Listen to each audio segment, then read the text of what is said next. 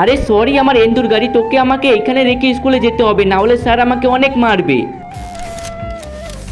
আরে মালিক এমন কেন করছো, আমাকেও একবার স্কুলে নিয়ে যাও না, তোমার স্কুল আমি দেখবো।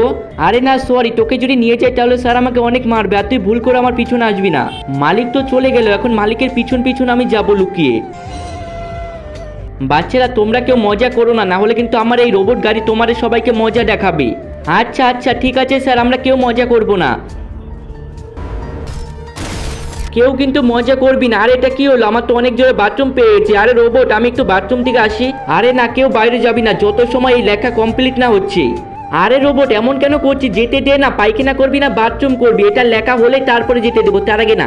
আরে সেট এখন আমি কি করব, তাড়াতাড়ি করে হোমওয়ার্ক কমপ্লিট কর, তাহলে তোকে আমি বাথরুম করতে যেতে দিব।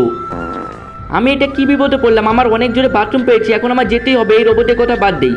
এই রোবট ওই দেখো মনু ভাগতেছে স্কুল থেকে। আরে তুই দাঁড়া, তোকে এখনই মজা দেখাচ্ছি।